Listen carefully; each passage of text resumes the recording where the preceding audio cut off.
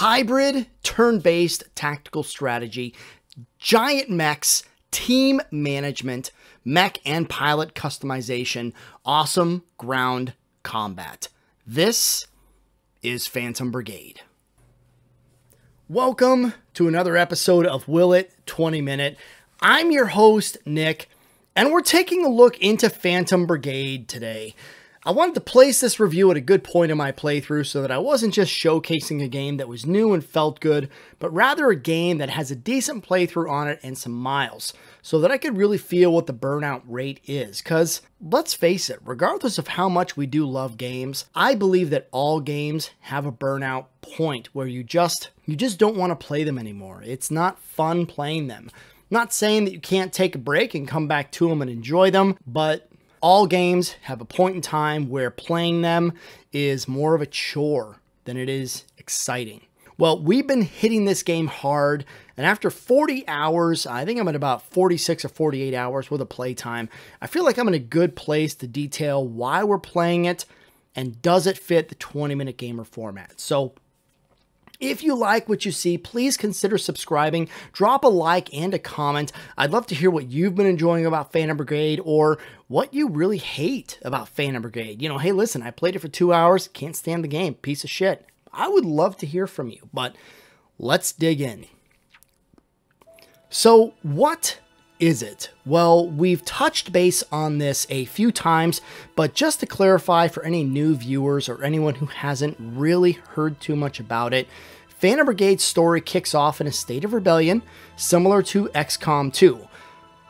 Almost exactly like XCOM 2. An invading faction has total control of the provinces and forces everyone to live through some sort of martial law. You are the commander of the Phantom Brigade, and you are leading the rebellion against the invaders. Now, there are some recycled bits. Games like this can't just run story missions. If they did, the game would be over in 15 minutes. It's very similar to BattleTech. I'll explain. BattleTech allows the user to drive the storyline and doesn't force any specific time frame on anything. You fill gaps between the story missions by playing through contracts. The contracts get you money and additional scrap and tech.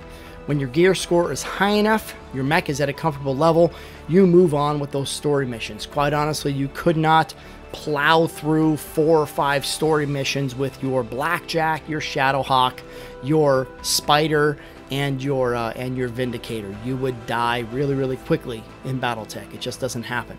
Well, Phantom Brigade sort of pairs off that same ideology. You have provinces that you're taking over, you have provinces that you're contesting and liberating, and in between contesting those provinces, which are the hard storyline elements, you are just playing these missions, all right? Now, Phantom Brigade could do a better job with just a few things, namely the story and some of the pilot mechanics. The story really doesn't hold much ground except for within the first few missions, and then at the end once you liberate the capital city. There are periods of time where action events happen, capturing deserters, getting information about supply caches nearby, you get a dog and a cat, things like that. They don't really have a lasting effect as they come at you, but they are a welcome break to the missions. I'd also like to see a greater impact of pilots in the game. I'd love to see a game like this come forward where there's shell shock. Maybe reusing the same pilot time after time burns them out. It maybe forces them to need a mental break. The devs could definitely work more on the team management into the pilots, though, I think. I think there's a gap that's missing there. There's really no benefit to having pilots over just having anything else that just could be generic. The gameplay is a tactical, turn-based strategy built around a really unique function. I've not seen this anywhere else. Phantom Brigade offers the user 5-second increments of time to apply your tactics. In that window, you can submit almost any degree of action that you want. You can dash and melee the entire 5 seconds. You can have your mech rip off rounds from their machine gun or their assault rifle for the entire 5 seconds. There's almost no limit to what you can do. The only caveat to the action phase is that some actions are movements and some movements are actions. In the previous example, dashing and meleeing, unfortunately, melee is an action and a movement phase because of how it plays out. Dashing is an action and a movement phase. So you're moving and you're actually completing an action at the same time. So that's the only thing that you really have to contend with, as well as, I should also say secondarily, is heat.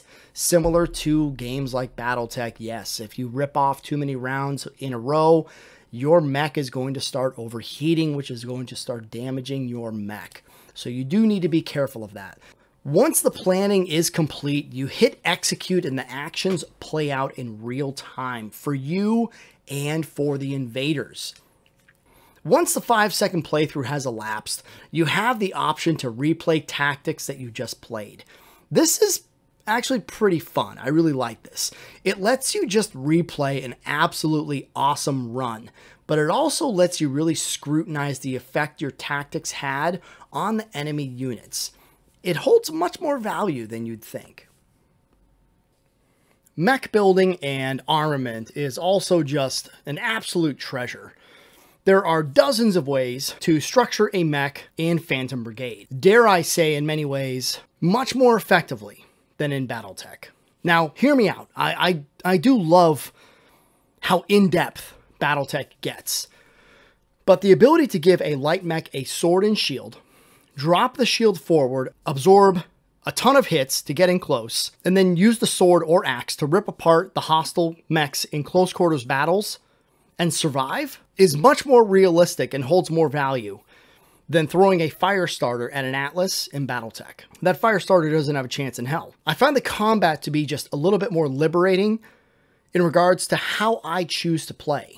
In Phantom Brigade, the mech building process is tremendously personal. I feel like there is a great degree of variety in the mechs that you're able to build.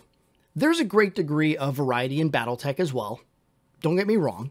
But Phantom Brigade has offered me a little bit more enjoyment in the fluidity of combat and how I'm able to build my mechs for those combative purposes. I don't know. That's just my thought. I think Phantom Brigade just offers, like I said, a more personal touch to the mech building. And people have asked, you know, what's the meta? What's the best units? And man, I really think that's up to the user. So my final thoughts is, overall, I mean, Phantom Brigade is a really solid title. At the very least, it's a beautiful proof of concept. This type of game function would be beautiful to see on so many other types of games. The turn-based element is tried and true, but this real-time 5-second implementation is really a cut above the rest. I love this function. Phantom Brigade, despite its shortfalls on story and some issues with a more in-depth gameplay, it offers a tremendous degree of replayability and quick engaging content. The combat is fun, thrilling at times, and really, really fluid. I've enjoyed every aspect of this game so far and hope to see more from this developer in the future. I have to give this game a pass. It makes the grade for being a 20-minute game. So those are my thoughts. Those are my final thoughts on the game. Let me know what you think down below. Does Phantom Brigade not do it for you? Or is this a game that you've been looking forward to? Is this type of game that you've been looking forward to? I will see you all in the next one though. Stay safe. Have fun. I'll see you on the next one. Nick out.